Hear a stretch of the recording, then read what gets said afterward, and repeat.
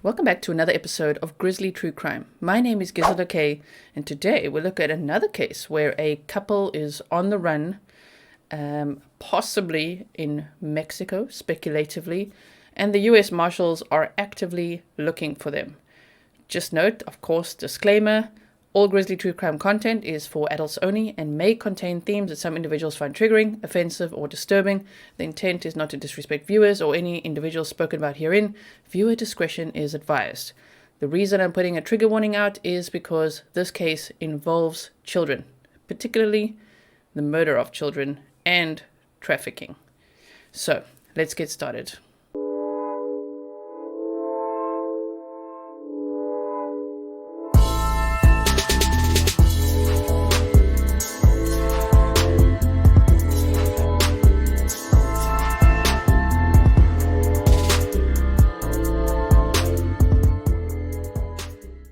Thank you so much for joining me here today. If you are brand new here, this is your first time, then welcome to the Grizzly community. I hope that you consider staying, hitting the subscribe button, maybe even the thumbs up. Make sure the bell's on so that you know when I'm next uploading or live stream. I live stream more often than I upload, it seems to be at this stage. So I hope that you'll join us in the next live stream chat. Also note that this is a previously recorded episode, so it's a premiere, and I will be with you guys in the chat. And if you're a replay watcher, thank you so much for watching the replay. Of course, if you're already a Grizzly and you've been here for a long time or even a short time, welcome back. It's always nice to see you. So today we're going to look at this horrible case with another horrible couple on the run. So I've obviously made a presentation for you, but let's first just look at this one little video clip just to give us a good overview of what we're dealing with. Some new information in the search for a father and stepmother accused of murdering their 8-year-old son in Benton County. The U.S. Marshals are asking for the public's help to find 33-year-old Edgar Casian-Garcia and 37-year-old Araceli Medina. Take a very good look at them right there. Now we've learned some horrific details. The couple is also charged with sexually assaulting their son, Edgar Casian Jr., as well as 2 young girls, and trafficking them, all of them. If you have any information on this case, we have a full story with more details on how to submit a tip posted at fox13seattle.com. Okay, so now you've got an overview of what we are about to dive into. So, as always, let's get started with a little presentation that I've made for you. Okay, if you want to, after this video, you could either, during this video, purchase a super chat or super sticker, which is a great help. And even greater help is, of course, PayPal or buy me a coffee. But there's this cool new feature of this little heart with a $, which is a super thanks. Thank you to everyone who's been buying me super thanks. It helps so, so much. Okay, so let's look at this. They say wanted first-degree murder. Casian-Garcia, Edgar Salvador. Date of birth 09/18/1988. And we've got Araceli Medina. Born 06/30/1984. Pasco police detectives are looking for Casian-Garcia and Medina for first-degree murder of a child. If located or detained, please contact Detective Davis at davisj@pasco-wa.gov and reference PPD case number 21-15039. Police are trying to find Edgar Salvador Casian-Garcia and Araceli Medina. At this time, a nationwide extraditable arrest warrant has been issued for Edgar Casian-Garcia and Araceli Medina for the first-degree murder of Edgar Casian. Edgar Casian-Garcia and Araceli Medina's current whereabouts are unknown. If you have any information, reference their location, or have contact with them, please contact local authorities and Detective Davis at the email address I've just shared, which just screenshot this and just save it, so that you have it on hand. I hope you guys do that when all these numbers are shared, because I do that too. Because I would find it really difficult to be like, wait, what, where, and who do we contact if ever, right?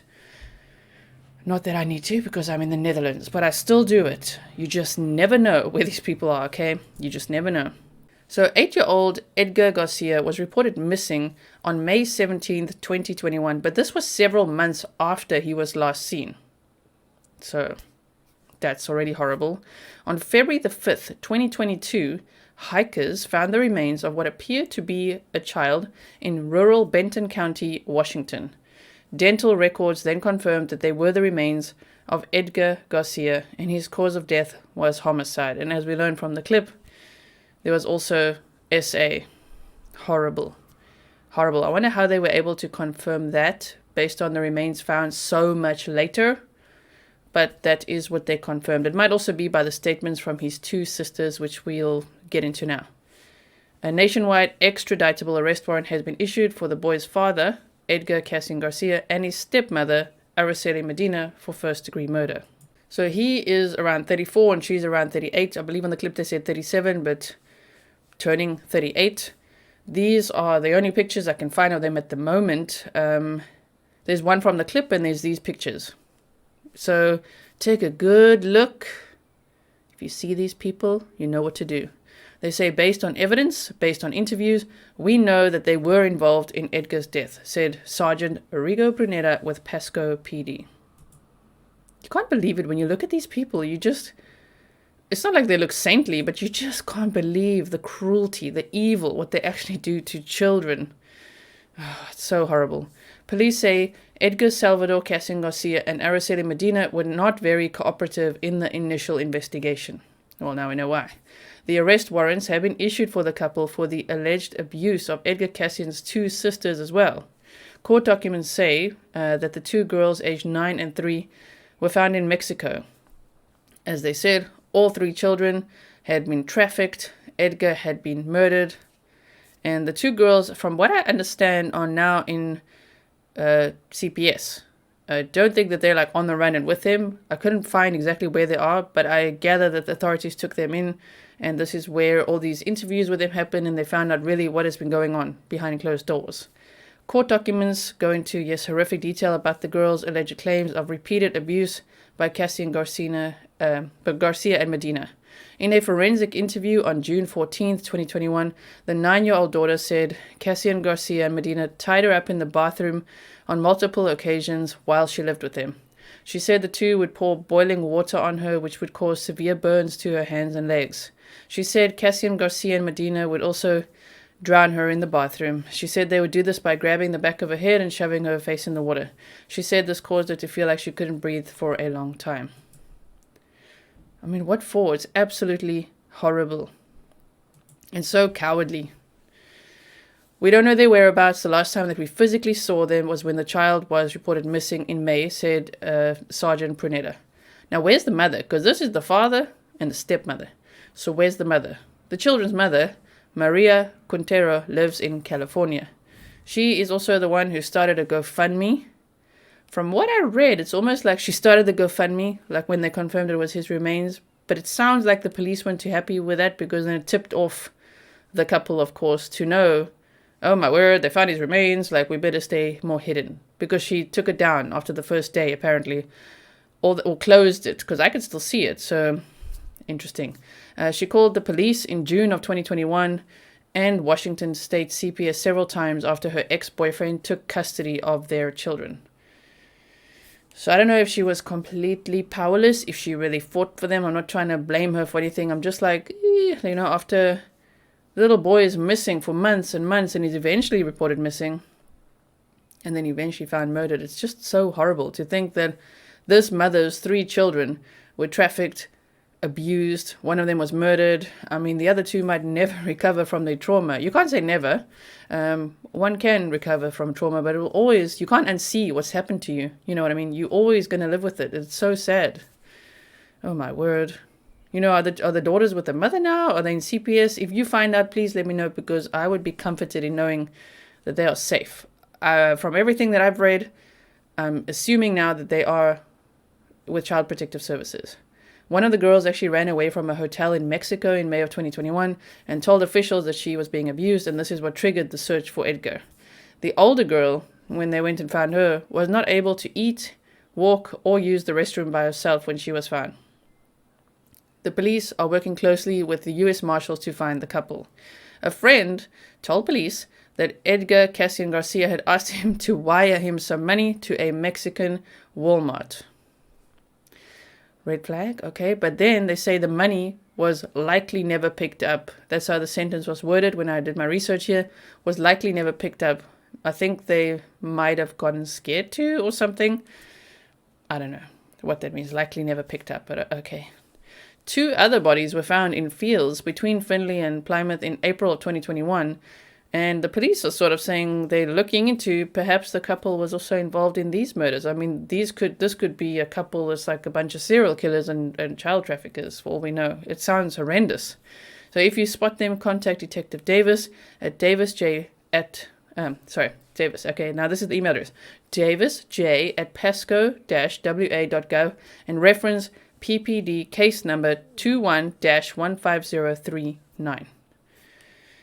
Okay, so that's all we know right now. This is all we have to go on. And at the end of the day, of course, as always, we want justice for that little boy. And I hope that those little girls are safe, that they can grow up in loving homes, that they'll be okay.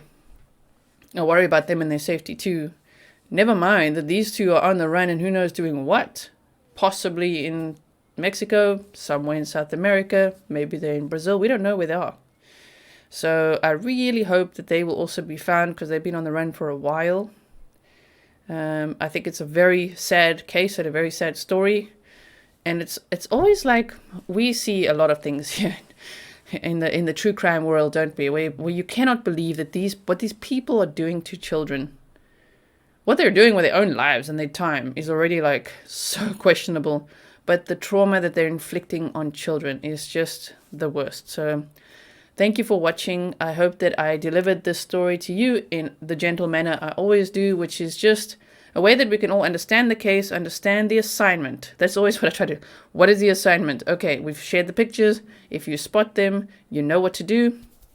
And if you find, more information, or I don't know, I was going to say the court documents, but I don't think I'm going to read those out because it sounds horrendous, because it details all the abuse that the girl suffered. But feel free to send it to me if you do find it.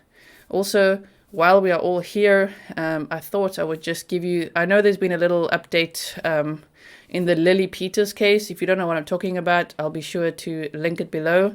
We looked at that case, we did a deep dive where a 14-year-old boy murdered his 10-year-old cousin, Lily Peters, just recently. And I know everyone was like, oh my word, there's more updates, and I've got lots of emails and messages, but unfortunately the updates are just pure graphic. It's just more detailed of what he did to her. But what I can share is that he went home, so he murdered her and he attempted to SA her. So it seems like he couldn't get that right. Then got a fright, went home.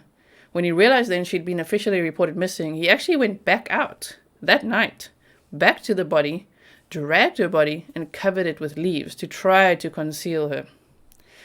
Horrible. So this is now all the stuff he's obviously blabbing out in prison or in jail because he thinks it's going to help him, but it won't. It's not going to help him, and he will be tried as an adult. I see that's still on the cards. He's going to be tried as an adult, so we'll keep an eye on that case as well. Thank you for watching. If you enjoyed this video, just the way that I present true crime, remember, if you're giving a thumbs up on a true crime video, it's not because you're like, yeah, I really like the story. That's not what you're liking. You're liking the way that the content creator presents the case, maybe the presentation. Of course, if you want to try the little super thanks or leave your comments below, that is always very appreciated. And thank you so much to everyone who has invested in some of my merch, my notebooks, who's bought me a coffee, and definitely everyone who's a YouTube member, a patron. I've got lots of patrons joining now, which is so exciting because I share a lot of behind the scenes content, like more personal chats, just things that I'm up to, goals that I have, or what it's really like to be a YouTuber, because that's what I am now. Interesting. Wouldn't have said that a year ago. I wasn't one a year ago yet.